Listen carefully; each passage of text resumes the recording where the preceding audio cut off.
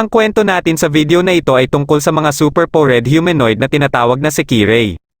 Pero para mas mapalabas nila ang kanilang buong lakas ay kailangan nilang maghanap ng kanilang master na tinatawag naman nilang Ashikabi.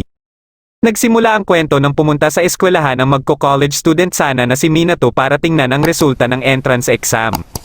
Ngunit sa kasamaang palad ay hindi pa din siya nakapasa at pangalawang beses niya na ito. Habang naglalakad siya pauwi ay nakita niya na naman sa balita ang CEO ng MBI na si Menoka. Kaya nang makita niya ang sinasabing pinakamataas na gusali sa capital city ay naalala niya na pag-aari din ito ng MBI. Pagkababa niya ng estasyon ay bigla na lang may nahulog sa kanya na isang babae. Ito ay ang Sekirei number 88 na si Musubi at ilang sandali lang ay may bigla namang umatake sa kanya.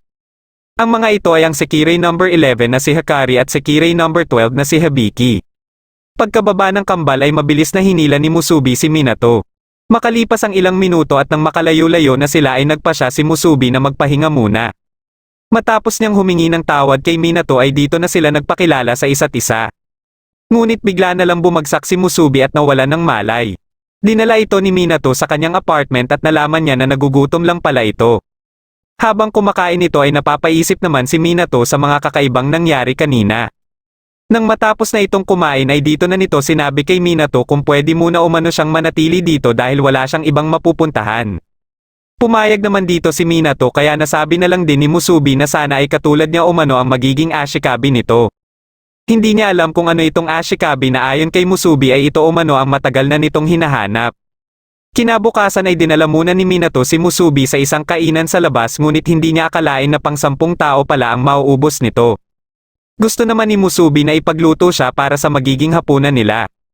Ngunit dahil wala nang laman ang kanyang wallet ay maghahanap umano muna siya ng pag-withdrawhan at pinona na lang si Musubi sa grocery store.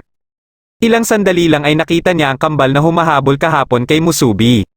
Dumating dito si Musubi dahil nakalimutan umano nito na itanong kung ano ang gusto niyang kainin. Dahil dito ay kaagad na umatake ang kambal kay Musubi. Aatake na sana muli ang mga ito kaya mabilis na kinarga ni Minato si Musubi para tumakas. Nang makapagtago sila sa likod ng isang gusali ay napansin ni Minato na parang namumula ang mukha ni Musubi. Nagiinit na pala ang buong katawan ni Musubi na hindi din nito alam kung bakit. Nang matunton na sila ng kambal ay mabilis na hinalikan ni Musubi si Minato at dito na nito opisyal na naging Ashikabi si Minato. Habang dinadama pa ni Musubi ang pagbabago na nangyayari sa kanyang katawan ay hinawakan ni Hakari si Minato. Balak sana nitong iligpit si Minato ngunit kaagad siyang pinigilan ni Musubi. Dahil sa pagkakaroon na ng kumpiyansa ni Musubi ay nagpasya na siya na labanan ang kambal. Pero dahil may Ashikabi na siya ay napilitan na lang ang mga ito na umatras. Nang makalayo na ang mga ito ay nagulat naman sila nang magpakita sa kanila ang Sekirei number 6 na si Homura. Si Homura ang nagsisilbing guardian ng mga unwinged Sekirei o mga Sekirei na wala pang Ashikabi. At dahil may Ashikabi nang nahanap si Musubi ay pinabayaan niya na lang ang kambal. Hindi naman na napigilan ni Minato na tanungin si Musubi kung ano ba talaga sila kaya sinabi na ni Musubi na tinatawag umano silang Sekirei. Kinagabihan ay tinawagan ni Minato ang kanyang nakababatang kapatid na si Yukari para pakiusapan nito na ipadala sa kanya ang mga pinaglumaan ng mga damit nito. Habang nagluluto na si Musubi ng kanilang hapunan ay nagulat si Minato nang biglang magbukas ang TV. Binati siya nito dahil sa pagkakapili umano sa kanya bilang isang Ashikabi. Tinawag itong professor ni Musubi at dagdag pa niya na president din umano ito ng isang kumpanya. Dito na naalala ni Minato na ito pala si Menoka o ang CEO ng MBI at ayon din kay Menoka ay kasama na umano siya sa proyekto na tinatawag na Sekirei Plan. Binalaan siya nito na hindi ipagsabi kahit kanino ang tungkol sa proyekto na ito. Matapos ang kanilang pag-uusap ay may dumating naman dito na taga-MBI na may daladalang kahon. Ito pala ay mga damit ni Musubi at nang magbibihis na sana si Musubi ay kaagad siyang lumabas. Ngunit nasa harap pala ng pinto ang landlord dahilan para mapatalsik tuloy siya nito. Kaya kinabukasan ay naghanap din sila kaagad ng malilipatan. Ngunit umabot na sa 30 apartment ang pinuntahan nila pero wala pa ding gustong tumanggap sa kanila. Nagpahinga muna sila sa plaza at inabutan sila dito ng ulan. Nang tinanong ni Minato si Musubi kung bakit siya ang napili nito na maging Ashikabi ay sinabi lang ni Musubi na dahil isa umano siyang espesyal. Katapos ay may isinagawang incantation si Musubi at hinawakan niya si Minato para dalhin ito sa himpapawid. Ito umano ay para makita nila kung gaano kaganda ang buwan. Ngunit naalala bigla ni Musubi na hindi niya pa pala alam kung paano sila bababa. Dahil dito ay nahulog tuloy sila at nang malapit na sila sa lupa ay parang may isang batang babae ang yamakap kay Minato. Napunta sila sa bakuran ng isang malaking bahay at nakita din sila kaagad dito ng may-ari ng bahay at ang Sekirei number 1 na si Mia. Ilang sandali lang ay lumabas naman si Homura na dito din pala nakatira. Minabuti ng mga ito na papasukin sila Minato para magamot ang natamo nilang sugat at mabigyan na din ng pansamantalang masusuot. Nang matapos ng magbihis si Musubi ay dito na nagpakilala sa kanila si Mia habang si Homura naman ay nagpakilala sa pangalang Kagari. Bigla namang nagutom si Musubi kaya niyaya na din sila ni Mia na sumalo sa hapunan. Habang kumakain na sila ay dumating din dito ang isa pang nakatira dito na si Uzume. Nagtaka naman si Minato at tinanong si Mia kung bakit parang hindi sila magkakamag-anak.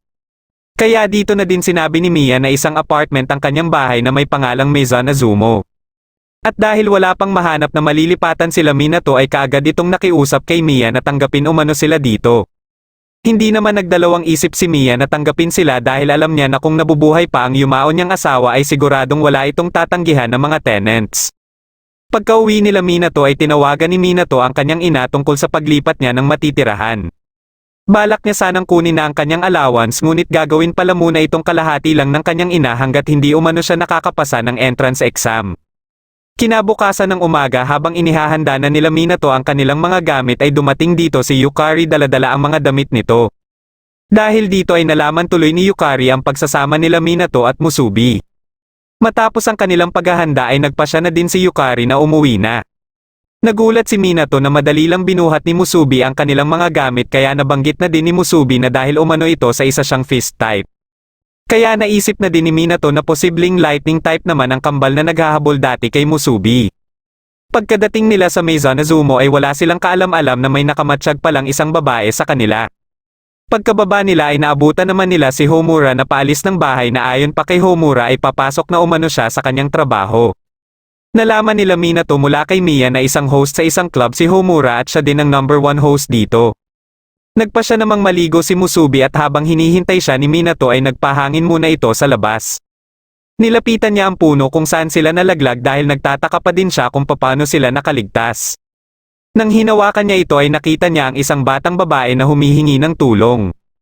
Pagsapit ng gabi ay nagkita sila Homura at ang Sekirei number 9 na si Tsukiyumi na isa ding Sekirei na wala pang ashikabi. Gusto ni Tsukiyumi na labanan si Homura pero umalis kaagad dito si Homura at sinabihan siya na maghanap na umano siya ng kanyang ashikabi. Habang natutulog na si Minato ay napanaginipan niya ang batang babae sa puno. Nagpakilala ito sa pangalang Kasano at dito na sila nagkwentuhan. Muli itong humingi ng tulong kay Minato at pagkaalis nito ay dito na din nagising si Minato na kanina pa pala ginigising ni Musubi. Ilang araw ang nakakaraan habang naglalaro si Kasano kasama ang head researcher ng MBI na si Takami ay bigla na lang dumating dito ang Sekirei number 43 na si Yomi at inatake si Takami. Dahil dito ay nagwala si Kasano at napuno ng malalaking puno ang arboretum. Kinaumagahan ay nakita nila Minato si Mia na nagsasanay sa kanyang sword technique. Dahil sa galing nito ay napamangha dito si Musubi kaya bumaba siya at hinamon ito sa isang sparring. Hindi naman ito tinanggihan ni Mia kaya bumaba na din si Minato. Balak sana ni Minato na uwaten ang mga ito ngunit dumating naman dito si Uzume. Dito na nakita ni Minato na pinaglalaroan lang ni Mia si Musubi. Dahil sa mga pagkakamali ni Musubi ay natuturuan siya ni Mia kung ano ang mga dapat niyang gawin. Naalala ni Minato na may pasok pa pala siya sa pinagtatrabahuan niya kaya kaagad siyang naghanda. Pagsapit ng lunch break at nang kakainin niya na sana ang inihanda ni Mia ay napansin niya ang katrabaho niyang si Kaoru na nag-lollaway habang nakatitig sa baon niya. Dahil dito ay binigyan niya na lang ito at ilang sandali lang ay dumating naman dito ang kambal na kaagad sinipa si Kaoru. Dito na nalaman ni Minato na isa din palang ashikabi si Kaoru at ang kambal ang kanyang mga sekirei. Nabalitaan naman ni Homura mula kay Takami ang tungkol sa isang ashikabi na nagpadala ng mensahe sa ibang ashikabi tungkol sa sekirei sa arboretum. Na kung sino umano ang mauna dito ang siyang makakakuha sa sekirei na ito. Nakiusap si Takami kay Homura na protektahan si Kasano kahit anong mangyari. Pagsapit ng hapon ay napag-usapan nila Minato at Kaoru ang tungkol sa ashikabi na nagpadala sa kanila ng mensahe tungkol sa Green Girl o kay Kasano. Pagkadating ng mga taga-MBI ay pinauwi na sila ng kanilang amo dahil may operasyon palang gagawin ng MBI sa arboretum. Nang makalabas na sila ng construction site ay dito na niyaya ni Kaoru si Minato para pasukin ang arboretum at hanapin ang sinasabing Green Girl na Sekirei. Habang inihahanda na ni Mia ang kanilang hapunan ay kinausap siya ni Musubi dahil naiwan pala ni Minato ang kanyang cellphone. Dahil hindi mapanatag si Musubi ay nagpa siya ito na puntahan si Minato. Para malusutan nila Minato ang mga bantay ay pinaatake ni Kaoru sa kambal ang mga tangke na nakapwesto. Kaya makalipas ang ilang minuto pagkadating dito ni Homura ay sira-sira na ang mga ito. Dumating din dito si Yomi dahil makikipag-unahan din sila kay Kasano. Kasama nito ang bago nilang miyembro o ang Sekirei No. 7 na si Akiso at ito ang pinaharap kay Homura. Nang mapansin ni Homura ang Sekirei symbol ni Akiso sa noo ay nagtaka siya dahil ibig sabihin pala nito ay isa na itong discarded number. Biglang may tumawag kay Homura sa pangalang Kagari at ito pala ay si Musubi. Ngunit dahil may takip sa mukha si Homura ay binawi din ito kaagad ni Musubi at pumasok na din sa Arboretum.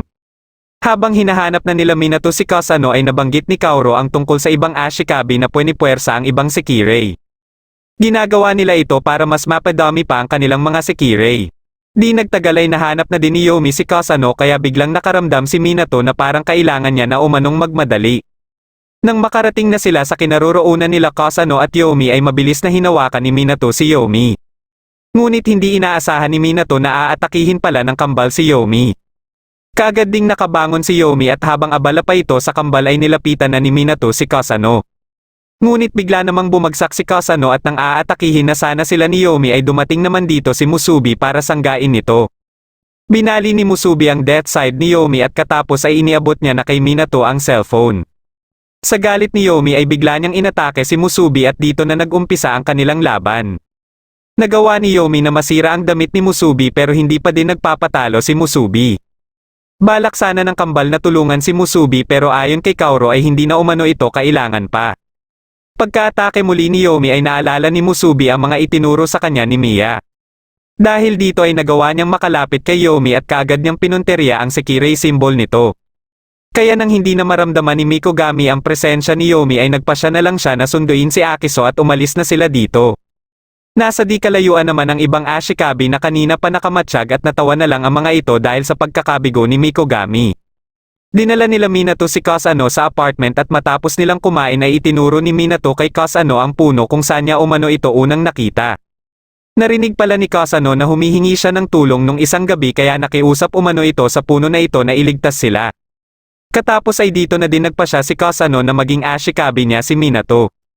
Makalipas lang din ng ilang minuto ay may dumating naman sa Arboretum. Ito ay ang Sekirei No. 107 na si Shina na matalik na kaibigan ni Kasano. Gamit ang kanyang kapangyarihan ay madali lang niyang naubos ang mga puno at halaman na pinarami ni Kasano. Sinundo naman si Homura ni Takami at napag-usapan nila ang mga nangyari kay Kasano. Hindi na nagtanong pa si Takami kung sino ang ashikabi ni Kasano sapagkat naniniwala siya na kilala niya ang ashikabi na ito at ito pala ay dahil siya ang ina ni Minato. Kinabukasan ng umaga ay nakita nila sa balita ang nangyari sa Arboretum. Kaagad na pinuntahan ni Minato si Kasano at bigla na lang itong umiyak. Sinabi pala sa kanya ng puno kung ano ang nangyari sa Arboretum. Nalaman din niya na si Shina ang may kagagawan nito na may kapangyarihan na salungat sa kapangyarihan niya. Buti na lang ay mabilis na nakaisip si Minato ng pwedeng sabihin kay Kasano para mapagaan ang pakiramdam nito. Pagkadating ni Minato sa construction site ay nalaman niya na nag-resign na pala si Kaoru dahil sa ibang trabaho nito. Ngunit kinagabihan pagka-uwi niya ay nagulat na lang siya na andito si Kaoru. Nalaman niya mula kay Mia na matalik na kaibigan pala ito ng asawa ni Mia. Ayon naman kay Kaoru na dahil sa dinala niya umanong pagkain ay nalaman nito kaagad na gawa ito ni Mia kaya naisip nito na dito siya nakatira. Makalipas ang ilang oras ay sinundo na si Kaoru ng kambal at bago sila umalis ay binigyan ni Kaoru si Minato ng calling card sakali umanong kailangan niya ang tulong nito. Isang gabi habang natutulog na silang lahat ay bumangon si Kasano para pumunta ng CR. Habang naguhugas na siya ng kamay ay nakita niya sa salamin ang isang nakakatakot na babae. Sa sobrang takot niya ay nagtatakbo siya papunta sa kwarto nila Minato. Kinabukasan ay napag-usapan nila ang tungkol dito at base sa paglalarawan ni Kasano ay may naalala si Uzume. Ngunit parang ayaw itong ipasabi ni Mia at sinabihan na lang si Kasano na baka umano na malikmata lang ito. Kasalukuyan namang nasa syudad si Yukari at balak sanang bisitahin si Minato. Ilang sandali lang ay nabangga siya ni Shina na abala pa rin sa paghahanap kay Kasano. Nabighani si Yukari sa maamong mukha ni Shina ngunit dumating naman dito ang mga Sekirei ni Mikogami na sila Mitsuha at Akiso. Balak nila na dakpin si Sheena ngunit kinamumuhian sila ni Sheena dahil sa ginawa nila kay Kasano. Pagka-atake ni Mitsuha ay mabilis na itinulak ni Yukari si Sheena.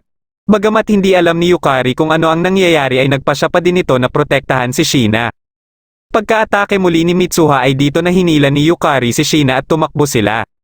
Habang patuloy naman sa pagmamatsyag ang babae kay Minato ay parang nararamdaman na din ito na nagiinit ang kanyang Sekirei symbol. Dahil dito ay nagpasya na siya na kilalanin bilang kaaway si Musubi. Kaya nang mautusan ni Miya si Musubi para mamalengke ay ginamit niya ang military satellite ng MBI para atikihin si Musubi. Katapos ay sinamantala niya ang pagkakataon na ito para makalapit kay Minato. Sakto namang naliligo si Minato kaya pinasok niya ito dahilan para magulat na lang si Minato. Nang makauwi na si Musubi ay nagulat naman si Miya dahil punit-punit na ang damit nito. Dahil dito ay kagad siyang pinaligo nito at para na din makapagpalit ng damit. Kaya pagkadating niya sa banyo ay naabutan pa niya sila Minato at ang babae. Gamit ang daladalang sandata ng babae ay nagawa nito na madakip si Musubi. Nang lalapitan na sana nito ulit si Minato ay dumating naman dito si Miya kaya napahinto ito.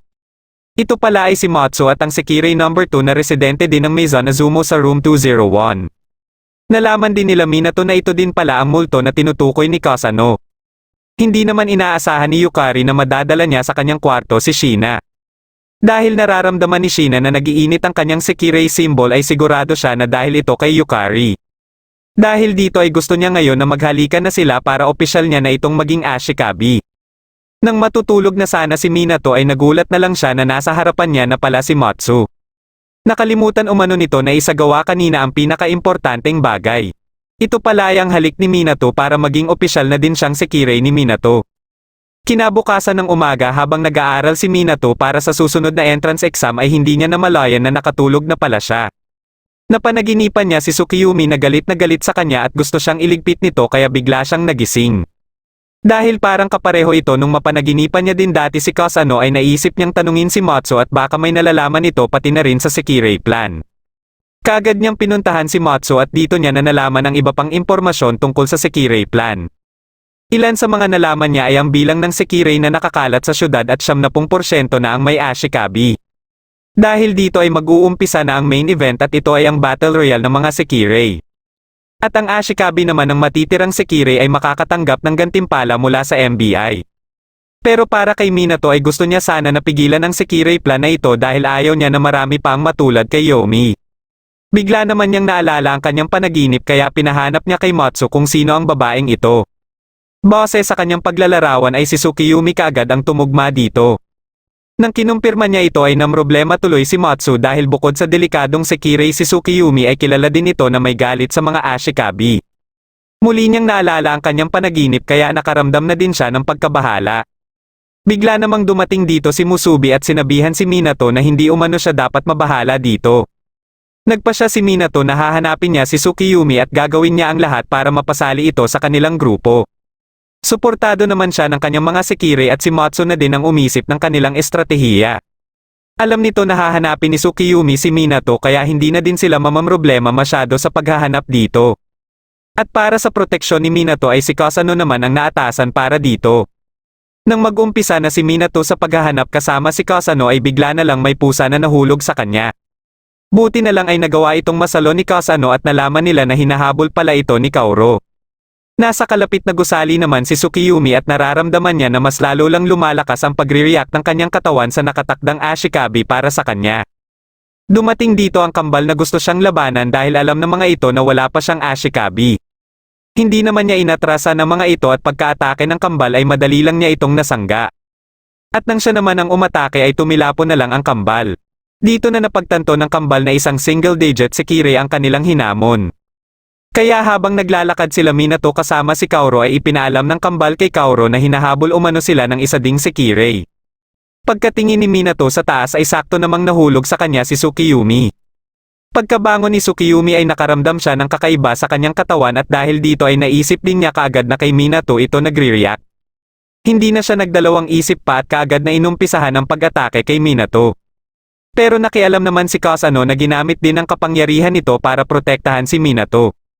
Pinigilan siya ni Minato dahil gusto niya na mapapayag si Tsukiyumi sa maayos na pakiusap. Muling umatake si Tsukiyumi pero hindi niya natamaan si Minato dahil umano sa nararamdaman niyang galit. Dito na muling nakialam ang kambal at ipinakita nila kay Tsukiyumi kung ano ang kayang gawin ng Ashikabi para sa kanyang mga Sekirei. Sa tulong ni Kaoru ay nagkaroon silang dalawa ng dagdag na kapangyarihan. Gamit ang kanilang God Song ay pinunterian nila si Tsukiyumi ngunit mabilis na kumilos si Minato para iligtas si Tsukiyumi. Nang mapansin ito ni Musubi ay sakto ding tumawag sa kanya si Matsu para papuntahin siya dito. Hindi makapaniwala si Tsukiyumi na isinakripisyo ni Minato ang sarili nito para lang mailigtas siya. Nang aatake na sana muli ang kambal ay inunahan ito ni Tsukiyumi ngunit si Kaoru ang napuruhan niya. Sa galit ni Kaoru ay nilapitan niya na si Tsukiyumi dahil gagawin niya na lang umano itong Sekirei niya. Ayaw itong mangyari ni Tsukiyumi dahil alam niya na hindi si Kaoru ang lalaki na tinutukoy ng kanyang Sekirei symbol. Kaagad namang nakiusap si Minato kay Kaoru na bitawan si Tsukiyumi dahil Sekirei niya umano ito. Hindi na nagdalawang isip pa si Kaoru na sundin si Minato ngunit inatake naman siya ng kambal. Nilapitan ni Tsukiyumi si Minato at dahil napahanga ito ni Minato ay pumayag na din ito na maging Ashikabi si Minato. Para kay Tsukiyumi ay isa itong wedding ceremony nila ni Minato at simula umano sa araw na ito ay mag-asawa na silang dalawa. Hinayaan niya na lang si Kasano na maging Sekirei din ni Minato dahil bata lang din naman umano ito. Ngunit dumating dito si Musubi kaya dito niya na nalaman na pang-apat na pala siyang Sekirei ni Minato. Dinala din nila sa Maison Azumo si Tsukiyumi at dito na din ito titira. Nagulat naman ito nang makita si Homura pero dahil walang mask si Homura ay inakala lang ni Tsukiyumi na kahawig lang ito ni Homura. Habang naliligo naman si Shina ay paulit-ulit na inisip ni Yukari ang mga nangyari. Hindi pala natuloy ang pag-iisa nilang dalawa dahil hindi pa maintindihan ni Yukari si Shina. Kaya sinabi na din ni Shina ang tungkol sa Sekirei plan sa mga katulad niyang Sekirei at sa mga Ashikabi din. Nang matapos na sa pagligo si Shina ay sinabi niya kay Yukari ang kanyang pagkabahala na baka umano may mga dumating na naman para habulin siya. Kaya sinabi ni Yukari na may naisip na umano siyang plano para dito. Kinausap naman ni Takami si Minoka para kumpirmahin na may nahanap ng Ashikabi si Tsukiyumi. Dahil dito ay nagpasya na si Minoka na umpisahan na ang phase 2 ng Sekirei plan. Muling inalala ni Takami ang araw nung mapunta sila ni Minoka sa Kamikura Island. Habang nililibot nila ang buong isla ay may nakita silang ruin. Pumasok sila dito at nakita nila sa loob ang mga kapsula na may nakasilid na mga babae. Kinabukasan ng umaga ay nahuli ni Mia si Minato na katabi ang apat niyang chika babes.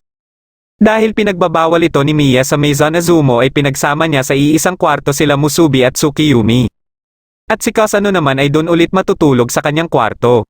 Ilang minuto ang makalipas ay lumabas ng bahay si Mia para mamalengke at naatasan nito sila Musubi at Kasano na diligan ang mga halaman. Habang nagdidilig na sila ay hindi sinasadya ni Musubi na madiligan ang kanilang bisita.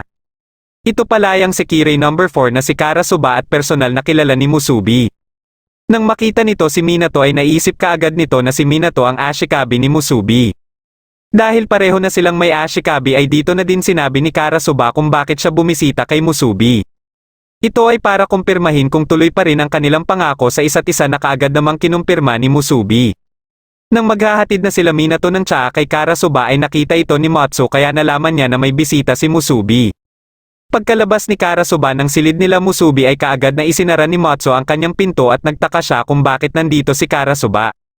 Nang palabas na ng apartment si Karasuba ay lumingon muna siya sa taas at sakto namang andito si Homura kaya nagkatinginan silang dalawa. Nakilala kaagad ni Homura si Karasuba na mas kilala din sa tawag na Black Sekirei.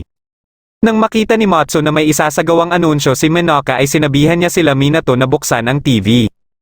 Idineklara ni Minoka na hawak na umano ng MBI ang buong capital city. Bagamat makakapamuhay pa din sila ng normal ay kailangan munang inspeksyonin ang bawat tao na lalabas ng syudad. Ayon kay Matsu na ito na ang pagsisimula ng Sekirei Plan Phase 2.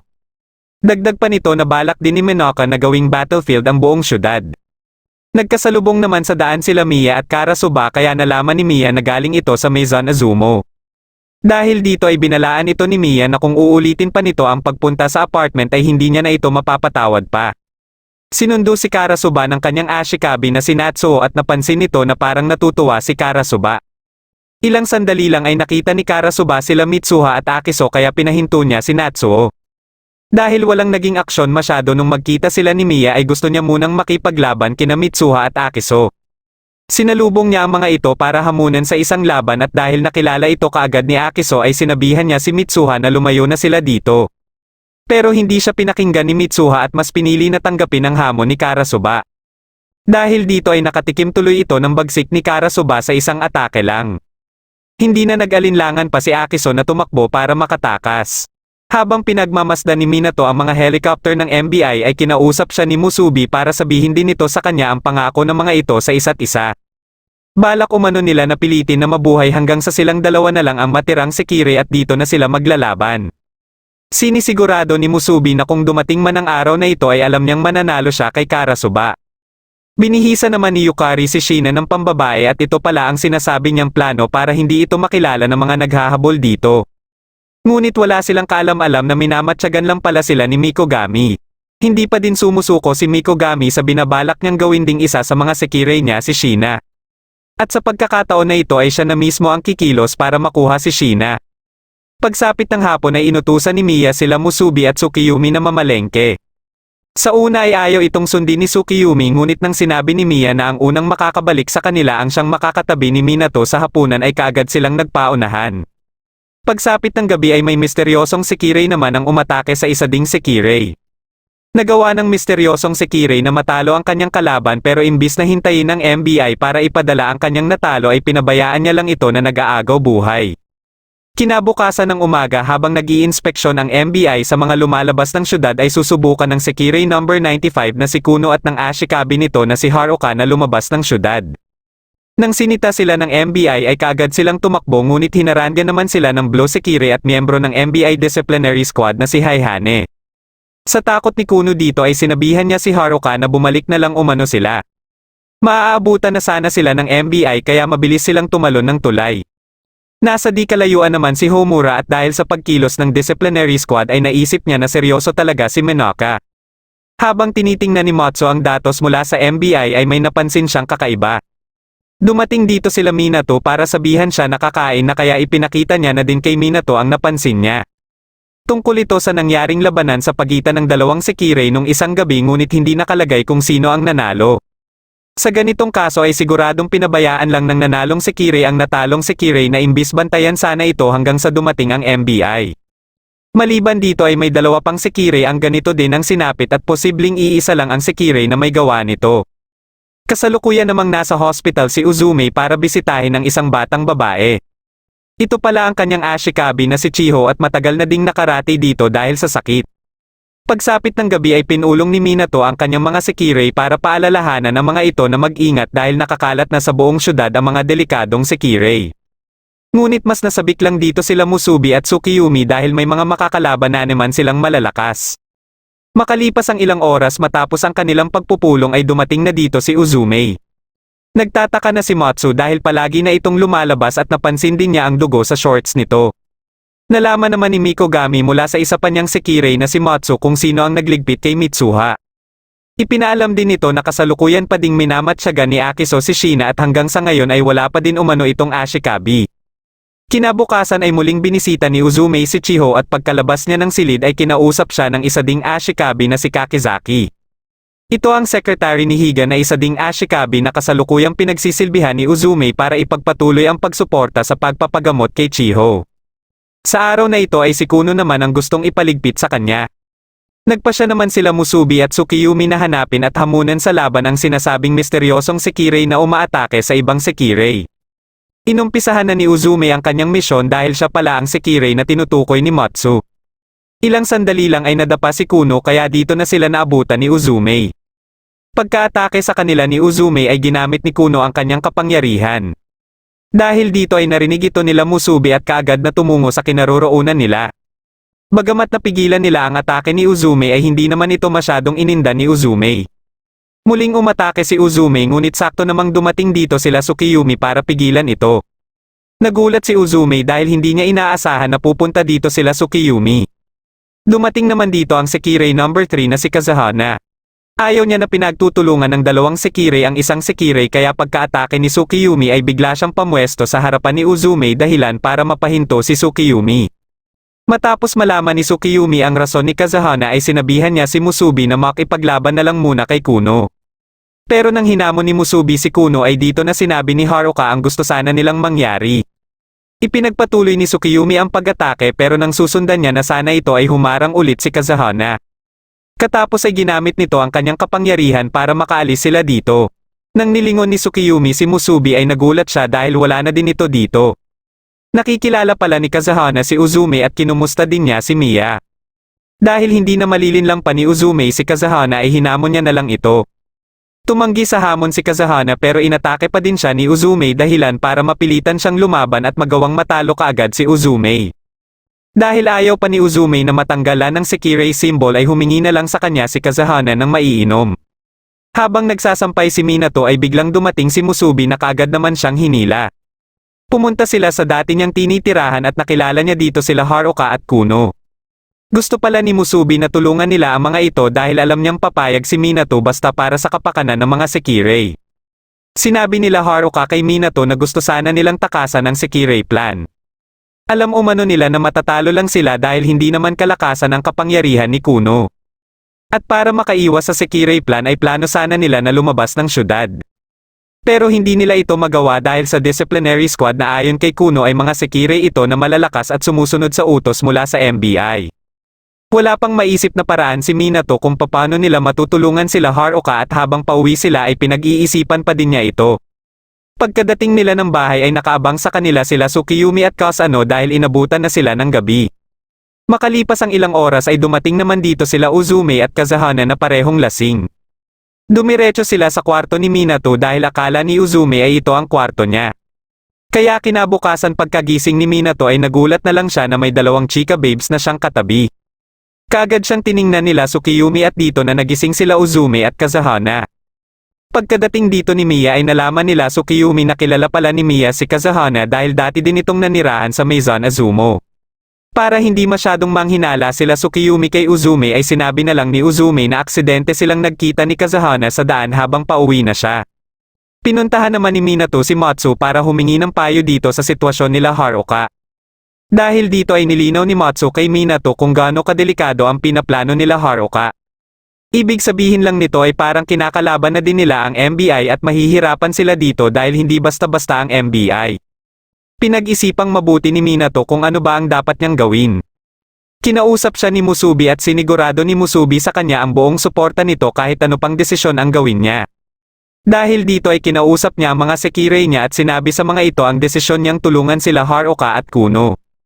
Bagamat alam ni Matsu kung gaano ito kadelikado ay sinuportahan niya na lang din si Minato. Naisipan ni Minato na dalhin sila Haruka at Kuno kay Kaoru at baka matulungan din sila ng mga ito. Dahil hindi rin nagugustuhan ni Kaoru ang mga ginagawa ngayon ng MBI ay nagpasya ito na tulungan sila Haruka. Kinausap naman ni Tsukiyumi si Matsu dahil hindi niya maintindihan kung bakit gustong tulungan ni Minato ang isang Sekirei na umiiwas sa labanan. Ayon naman kay Matsu na bagamat alam ni Minato kung gaano ito kadelikado ay nagdesisyon pa din siya na isagawa ito at bilang Sekirei ay tungkulin nila na suportahan ang desisyon ng kanilang Ashikabi. Hindi naman ito sinang-ayunan ni Tsukiyumi dahil para sa kanya ay pangunahing tungkulin talaga ng Sekirei ay maglaban-laban. Pagkalabas niya ng silid ni Matsu ay nagkausap naman sila ni Miya. Sinabi niya kay Miya na hindi siya sang-ayon sa pinaplano nila Minato pero ayon kay Miya na kung may nangangailangan man umano ng tulong ay dapat tulungan ang mga ito. Dahil alam ni Miya na pinangarap din ni Tsukiyumi na maging pinakamalakas na Sekirei ay nagpasya siya na sanayin ito. Inilatag na ni Kaoru ang kanilang magiging plano para sa pagtakas nila Haruka at Kuno. Pero bago niya sabihin ang buong detalye ay sinabi niya muna kung sino-sino ang mga Ashikabi na kumokontrol sa iba't ibang lugar ng syudad at ito ang dapat nilang iwasan. Kasalukuyang kontrolado ni Mikogami ang timog habang sa kanluran naman ay si Tsunoda. Sa silangan ay si Higa na kumukontra din sa Sekirei plan at may iba ding Ashikabi ang sumusunod sa kanya. Nang matanong ni Minato kung bakit walang kumokontrol sa Hilaga ay sinabi ni Kaoru na dahil ito sa may nakakatakot na halimaw dito. Ang tinutukoy pala niya ay si Miya na kasalukuyan ang inumpisahan ang pagsasanay kay Tsukiyumi. Hindi makapaniwala si Tsukiyumi na madali lang sinangga ni Miya ang kanyang atake. Ayon kay Kaoru na basta hindi lang nila maabala si Miya ay hindi ito makikialam sa kanila kaya sa hilagang bahagi nila isasagawa ang plano. Sa Araha River nila ito gagawin at kung makatawid dito sila Haruka at Kuno ay siguradong hindi na sila mahahabol pa ng MBI. Pero may dalawang problema pa sila at ang isa dito ay ang MBI surveillance satellite. Naisip naman ni Minato si Matsu dahil baka magawa nito na mahak ang satellite. Pangalawang problema naman nila ay ang disciplinary squad kung saan nabibilang dito sila Blue, Red at Black Sekirei. Pare-parehong malalakas ang mga ito pero mas nasabik lang si Musubi na makalaban ang mga ito. Nagpa siya si Kaoru na isasagawa nila kinabukasan kaagad ng gabi ang plano. Ito ay dahil siguradong alam na ngayon ng MBI na may 3 Ashikabi ang nagpaplano dito kaya mas mabuti kung gawin nila ito kaagad. Hindi naman maiwasan ni Kazahana na may malalang tao tuwing tinititigan niya si Minato dahil kahawig ito ni Minato. Habang nasa hospital si Uzumei kausap si Chiho ay napansin niya ang sasakyan nila Higa. Dahil dito ay nagdahilan siya kay Chiho na bibili muna ng maiinom. Kinausap siya ni Kakizaki para ipaalala sa kanya na may isang pagkakataon na lang umano siya para kumpletuhin ang misyon.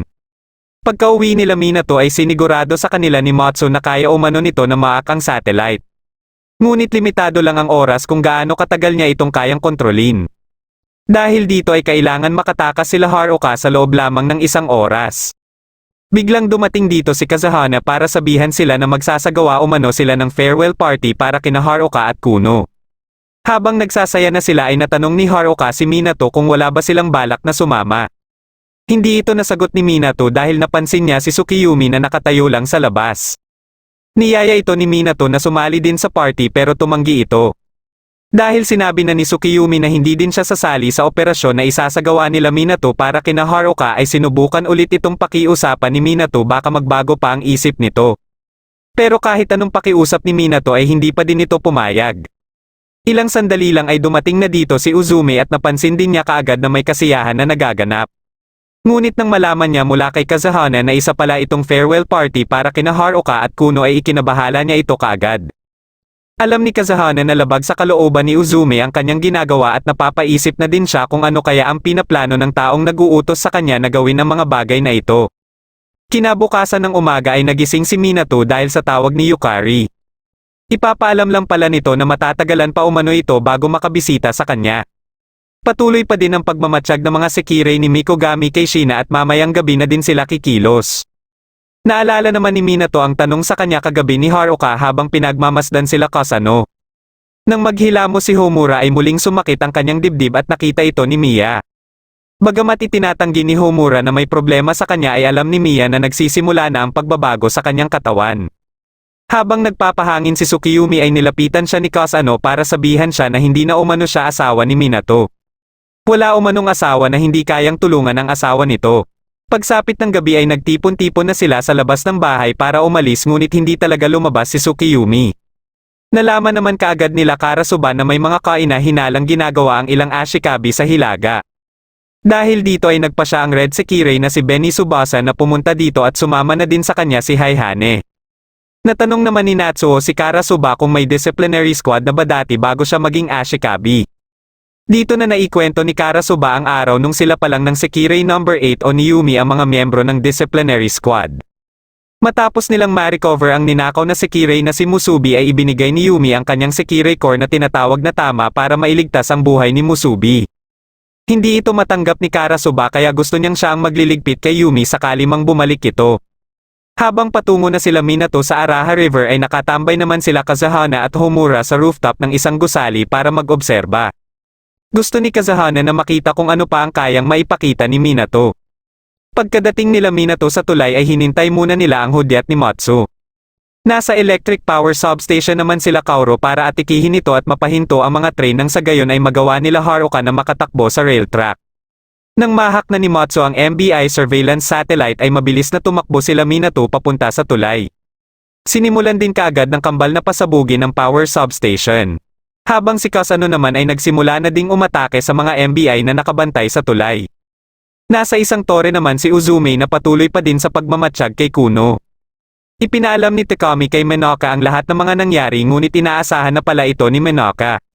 Pero ito ang mas gusto ni Menoka dahil mas nakakapanabik umano kung may ganitong mga pangyayari sa isang laro.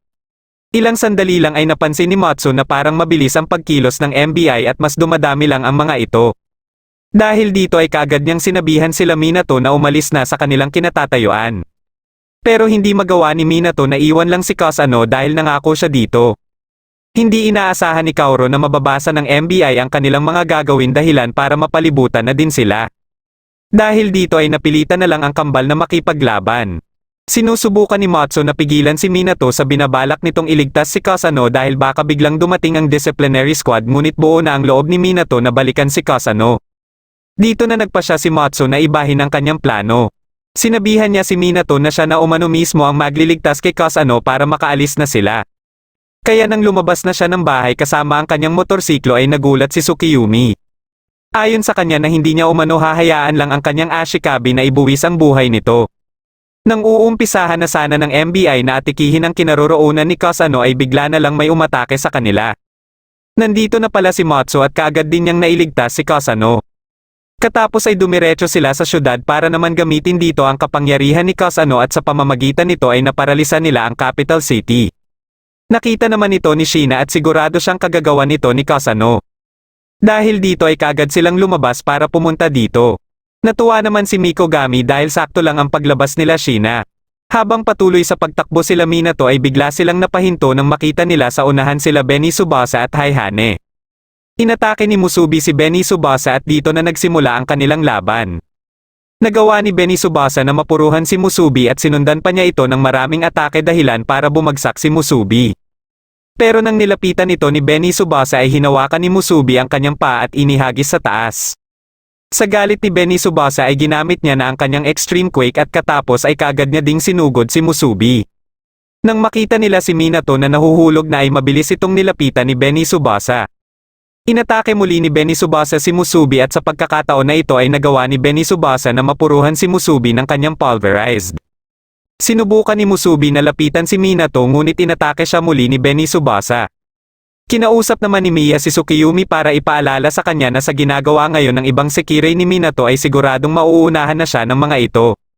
Dahil ayaw niya na magpatalo na lang basta-basta sa kanyang mga karibal ay nagpasya na siyang puntahan sila Minato. Nang makalapit si Minato kay Musubi ay nakita niya ang pagkawala ng sekirei symbol nito. Inatake naman ni Haihane si Haruka kaya dito na nagpasya si Kuno na gamitin ang kanyang incantation. Gamit ang kanyang kanta ay nararamdaman nila Haihane at Benny Tsubasa na unti-unti silang nanghihina. Ngunit ilang sandali lang ay naabot na ni Kuno ang kanyang limitasyon. Dahil dito ay muling nakatayo si Benny Tsubasa at nang aatakihin na sana nito si Minato ay biglang dumating dito si Tsukiyumi para kontrahin ito. Nang malaman ni Tsukiyumi na nawala na ang sekirei symbol ni Musubi ay nagalit ito at inatake si Benny Tsubasa. Mabilis namang kumilos si Haihane para atikihin si Tsukiyumi. Gayunpaman ay hindi nagpatinag si Tsukiyumi kahit pa magtulungan ang mga ito. Nilabanan niya ang mga ito at nagagawa pa din niya na makipagsabayan kahit sabay na umaatake sa kanya ang mga ito. Hanggang sa maisip ni Benny Tsubasa na posibleng maging problema si Minato kay Natsuo kaya balak niya na iligpit na ito ngayon. Dito na nawala sa focus si Tsukiyumi kaya nagkaroon ng pagkakataon si Haihane na mapabagsak siya. Susubukan na sana ni Uzume na tulungan sila Minato ngunit pinigilan siya ni Kazahana. Habang patuloy naman sa paghahanap sila Shina kay Kasano ay parehas nilang naramdaman ni Kasano na malapit lang sila sa isa't isa. Pero hindi ito masyadong inintindi ni Kasano kaya nagpatuloy sila para napuntahan sila Minato. Dahil dito ay hindi sila naabutan ni Shina at sa halip ay sila Mikogami ang naabutan nila.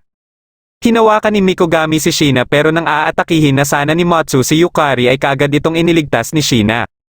Katapos ay dito na nagpasya si Shina na gawin ng ashikabi niya si Yukari. Dahil dito ay mas lumakas pa siya kaya nang ginamit niya ang kanyang The World's End Garden ay mabilis na umalis dito sila Mikogami. Nang ililigpit na sana ni Benny Tsubasa si Minato ay bigla silang nakarinig ng boses ng isang babae. Kasabay nito ay nakita din nila na nagliwanag si Musubi dahilan para mapangiti si Karasuba. Ito pala ay dahil nagising na si Yumi o ang Sekirei of Fate. Pinagsesermonan niya sila Benny Tsubasa dahil sa pinaggagawa ng mga ito. Sa inis ni Benny Tsubasa ay sinugod nila si Yumi pero inunahan lang sila nito. Dahil dito ay nakawala din si Tsukiyumi at sakto namang dumating dito sila Matsu. Nang mahawakan ni Yumi sila Benny Tsubasa at Haihane ay inihagis niya ang mga ito ng sobrang layo. Hindi makapaniwala sila Minato na madali lang natalo ni Yumi sila Benny Tsubasa na nagbigay ng problema sa kanila. Naramdaman pala ni Yumi kina Minato ang sobrang pagmamahal na siya namang gustong-gusto niya. Dagdag pa nito na ang nararamdaman ni Minato para kay Musubi ang dahilan bakit umano siya nagising. Ilang sandali lang ay bumaba na din si Karasuba para isagawa na ang matagal niya ng gustong gawin. Inatake niya si Yumi pero ayon kay Yumi ay hindi umano siya ang dapat nitong kalabanin. Biglang napahinto si Karasuba dahil bumalik na pala si Musubi. Tanging naaalala lang ni Musubi ay napabagsak siya ni Benny Tsubasa kaya sinabihan na lang siya ni Karasuba na dapat umano siyang magsanay pa para hindi na siya ulit matalo. Kagad naman siyang niyakap ni Minato at umalis na din dito si Karasuba dahil na-activate na pala muli ang MBI surveillance satellite. Kagad itong umatake sa kinaroroonan nila na nagdahilan para maputol ang tulay. Mabilis namang kumilos sila Uzumi at Kazahana para iligtas sila Haruka at mailagay sa kabilang bahagi ng tulay. Dahil dito ay naging matagumpay ang isinagawa nilang operasyon para kina Haruka at Kuno. Sinubukan muli ni Haruka na pasamahan sila Minato ngunit ayon kay Minato ay marami pa umano siyang dapat gawin dito. Kaya nangako na lang sila pareho na magkikita sila muli at katapos ay umalis na dito sila Haruka. Dito na nagtatapos ang huling episode ng Sekirei Season 1. Kung nagustuhan mo ang ating kwento ay huwag kakalimutan mag-like at mag-subscribe na din para malalaman mo kaagad kung may bago akong video. Maraming salamat sa panonood at shoutout na din kina